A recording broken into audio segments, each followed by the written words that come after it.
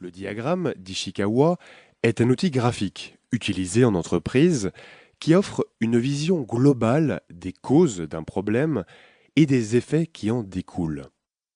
Comme les causes sont hiérarchisées, il est possible d'identifier précisément les sources du problème.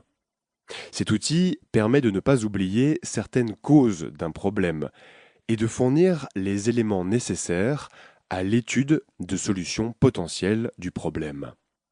Le diagramme est principalement utilisé en entreprise comme outil de gestion de la qualité ou de gestion de projet. Mais il se prête aussi particulièrement bien à la gestion des risques, car il permet d'anticiper les problèmes. Par exemple, lors de la mise en place d'un projet, l'entreprise s'interroge sur les aspects qui peuvent rentrer en considération si son projet échoue. En évaluant les différents éléments qui pourraient causer l'échec du projet, elle sait directement où focaliser son attention pour éviter que le problème ne surgisse réellement. Le modèle d'Ishikawa pose deux hypothèses. Il existe un nombre limité de causes principales et secondaires pour chaque problème. Distinguer les causes principales et secondaires est une première étape vers la résolution de ce problème.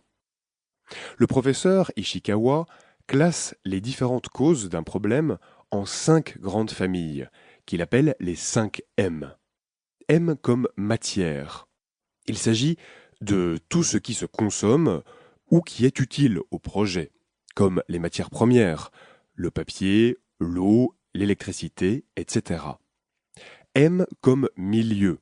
Cette notion correspond à l'environnement, au contexte, qui peut avoir un impact sur le projet, par exemple le lieu de travail, les espaces verts, etc. M comme méthode, c'est-à-dire les procédures existantes, le flux d'informations, la R&D, recherche et développement, les modes opératoires utilisés, etc. M comme matériel ou machine. Cette notion rassemble le matériel utilisé pour le projet. Par exemple, les locaux, les pièces de rechange, les équipements, le matériel informatique, les logiciels, les technologies, les machines ou encore le gros outillage. M comme main-d'œuvre. Elle fait référence aux ressources humaines qui participent au projet et aux qualifications du personnel. Matière, milieu, méthode, matériel et machine, main-d'œuvre, voilà les 5 M qui caractérisent les causes d'un problème.